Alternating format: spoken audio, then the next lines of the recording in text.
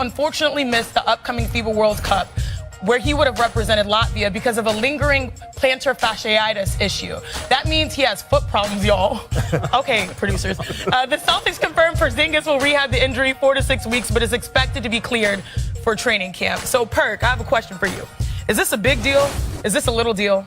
Or is this no deal for the Celtics? Oh, this is a huge deal. To think about what they gave up to get Porzingis in. And this is why I haven't been a big fan of the trade, and I said that I actually need to see it. I need to see Porzingis in those pressure moments. I need to see if his body is going to hold up through a long season and through a postseason where they're trying to make a championship run. And so when everybody else was saying, the Celtics, they got Porzingis, they're going to be the favorite. Not I, and this is part of the reason. Because he has an injury history, and when we talk about guys like Anthony Davis, Kawhi Leonard, we need to start mentioning Porzingis. He's right there in the conversation of availability. And so until I see it on the floor, I'm still going to have these same concerns that everybody's been having since he was drafted by the New York Knicks. Tim, thoughts? Yeah, look, with Kristaps Porzingis, you worry about his health even when he's healthy because durability is always going to be a huge question mark with him. He's had problems with both knees, his back, now it's a foot. Rick Carlisle, when KP was with the Mavs, he told me once, he said, he might be fragile, but he's not soft. And Carlisle was actually sticking up for him. His point was, the problem's not his toughness. It's just that his body betrays him a lot. So this isn't coming back off a knee surgery, but anytime there's a health issue with KP, your antenna goes up and your concern goes up. Yeah, that's understandable. He might be fragile, but he's not soft. I like that. That's a bar. Bobby, how concerned should the Celtics be with depth this season, especially hearing this news? I was already concerned about their depth before the Porzingis injury. And when you look at certainly where is Malcolm Brogdon with his health? Remember, he missed that Game 7 against Miami here. And when you look at Robert Williams, certainly the wild card. And the big picture of it is they traded Marcus Smart and Grant Williams for Kristaps Porzingis. So addition, subtraction here, and Derek White is now the starting point guard. And when you look at that depth, that is certainly thin. And if Porzingis is out, they're mentioning 4 to 6 weeks right before training camp.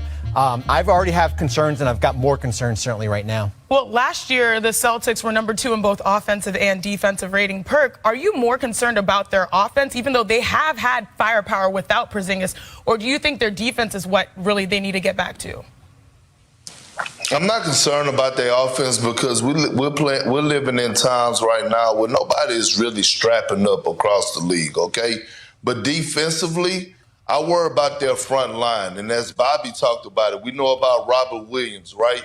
And his health issues. And then Al Horford, he's not getting younger. He's getting up in age. Hell, he's going to be able to qualify for his pension in about 5 or 6 years. And so when you think about Porzingis, we're talking about a Celtic team, again, that is about championship, not getting through an 82-game season, not making it to the conference finals, not having to get a good run and being bounced out in the second round. No, winning a championship. And winning the championship comes with being healthy and being available. And then when you get to the postseason, you think about guys having to lock in defensively. We watched a guy like Michael Porter Jr. accept the challenge for the Denver Nuggets and become a better defender. We watched Jokic become a better defender last postseason. Can the Celtics front line hold up and be better and be what they need when it matters the most? And that's when they're trying to compete and hang banner 18. Yeah, that is the big question. But personally, it is an absolute bummer to not be able to represent your country. If you're someone like myself that has dealt with Knicks and Knacks, it really is a bummer. But it is a necessary precaution, which leads us to our neighbors in the North. And speaking of championships and champions, where Canada basketball announced today that Jamal Murray will miss the upcoming FIBA Men's Basketball World Cup. Last season, Murray played 65 games and was a major force in driving the Nuggets to the aforementioned first NBA championship in franchise history. Team Canada will open their World Cup group stage against France on Friday, August 25th in Jakarta. Now, Jamal Murray, he stated, quote, When I came into training camp, I wanted to see how my body would respond after a long and demanding season, and if I would be physically able to compete at the highest level required for the World Cup. But I have made the decision to not participate in the tournament. It's still a dream of mine to represent Canada at the Olympics, and I will support the team every step of the way as they pursue this goal.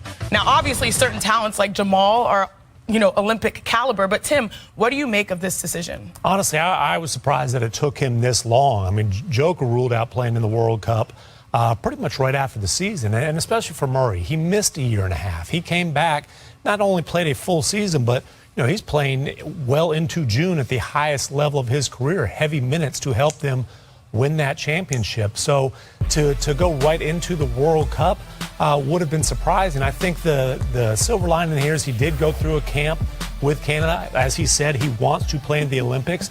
That at least let him establish some kind of chemistry, some kind of rapport with that group. And look, Canada is still loaded.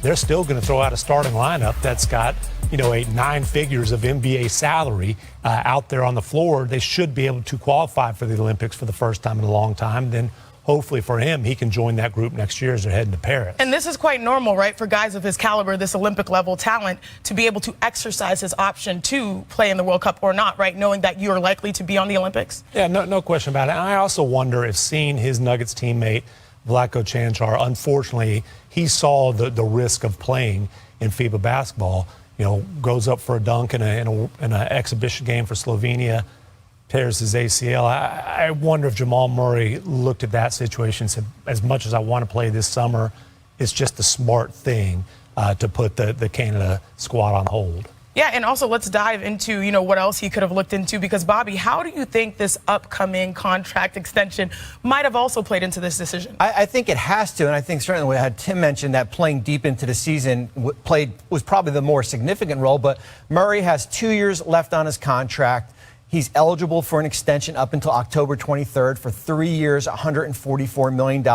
If he earns All-NBA this upcoming season, that could increase to 5 years, $300 million plus. And for a player that missed the 2021-22 season with that injury, I don't think you can risk going out, and I certainly respect him going to training camp to play for Canada, but I think what's out there in the future of his future earnings here is certainly a priority. And how do you see Denver really positioning themselves to hopefully repeat this upcoming NBA season? Well, there's a lot of questions, right? You lose Bruce Brown and you lose Jeff Green, and now you're relying on your bench, certainly with Christian Brown and some of your younger players. You brought back Reggie Jackson, but that bench is unproven. Mm-hmm. Peyton Watson, who they drafted a year ago, Julian Strawther, who they drafted, they're going to certainly rely on youth here, and I think that's where the depth comes in, where you can't, a Jamal Murray injury would knock them out of repeating next year. And speaking of that, you cover the West quite proficiently. Where do you see the Nuggets stacking up against the increased parity with a lot of talent aggregating in the Western Conference this year? They're still the team to beat. I mean, it's not like they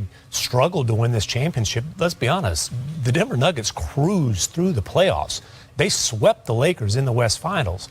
Yes, they have some depth issues. Yes, they will be relying on some young guys who I think, they've got a pretty proven track record as far as being able to scout and develop talent. That's what they're counting on for their bench. But as long as they've got Joker, Jamal Murray, and that starting 5 healthy, the Nuggets are the clear favorites in the Western Conference. Perk, you heard that? I know you love the Lakers. Whoa. Are the Nuggets the clear favorites? No, they're not. And it's hard as hell to repeat. When you talk about winning the NBA championship, one, you want to try to make sure that you bring everybody back that actually was part of that championship team. And we know 2 people for sure that's not coming back is Jeff Green and Bruce Brown, that played a significant role for the Denver Nuggets in winning the championship. But to talk about Jamal Murray a little further, when you think about playing into June, okay, and then all of a sudden teams that didn't make the playoffs, Jamal Murray didn't already play 2.5 more months of basketball than those guys. And then now majority teams report back to training camp right after Labor Day. So the season is right around the corner. Again, we can look at examples, guys like Drew Holiday and Chris Middleton, Remember when they won the championship, it was a week or two. They hopped right on the private jet and went met Team USA and won the gold medal. And we remember how they came back the following season. They were tired, their bodies were breaking down. It's a huge adjustment, but again, pump your brakes for a second because the Phoenix Suns going to have something to say about it. This emerging young team and the Sacramento Kings are coming, and the Los Angeles Lakers, they get a full training camp up under their belt with a healthy Anthony Davis and I am him, Austin Reeves. I'm not just sitting up here saying that the Denver Nuggets are the clear-cut favorite. Okay, I'm not going to do that. We will pump the brakes a little bit, but you are right. The season is right around the corner. And still to come on NBA Today, we took a trip out to Chris Paul's elite guard camp and sat down with the point guard to talk about how his leadership could help the Warriors win another championship.